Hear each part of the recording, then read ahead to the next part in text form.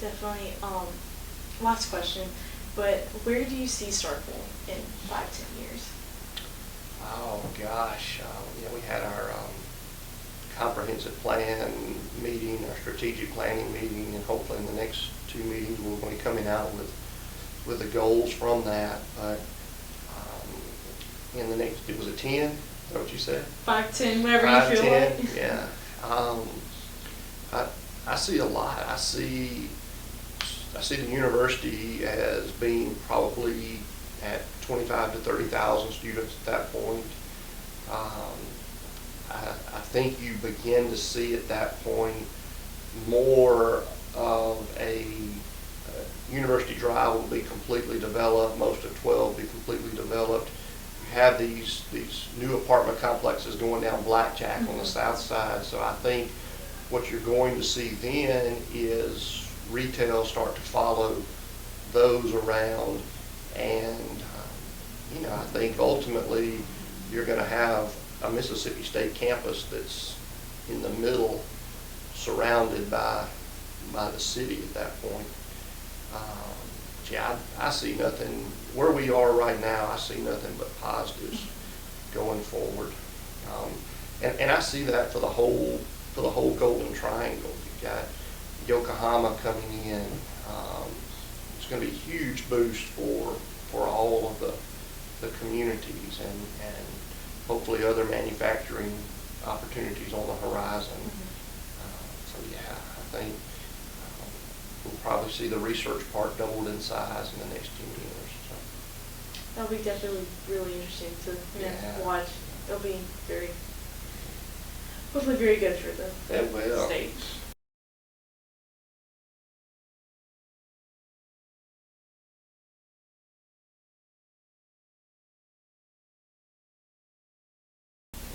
You laugh when I said I was here before fast food restaurants, but I really was. It was McDonald's was the first fast food restaurant to come into Starkville, and it was a big deal. My dad and mom were here when Wendy's came. Yeah. And they tell me about it every time we pass. They come up like, I was there when that one opened, and I'm like, they don't sound like that, but I know. I was in high school. And the great thing about Wendy's back then was they gave out these coupons. It was $1.25 for a single combo, single fry and a Coke, $1.25. We could leave school, we could leave high school and go eat at lunch. They didn't have a closed campus back then, so the line at Wendy's would just be out the highway. And the highway was just 2 lanes back then too. So they've told me about it. Yeah. But it's been, it was, as a child growing up here, it was great because campus was our playground. And we would come out here and, back then concerts happened on college campuses. So the top acts in the country, whether they were country or rock or heavy metal or rhythm and blues, all their venues were college campuses. So you would have 4 and 5 concerts a semester in the Coliseum, and it was the top groups. So I saw, probably 50 or 60 concerts in the Coliseum. If you go, I don't know if you've ever been inside the Coliseum and looked at that wall with all the concert posters. Which ones did you go to? I was probably at 80% of them. Everybody from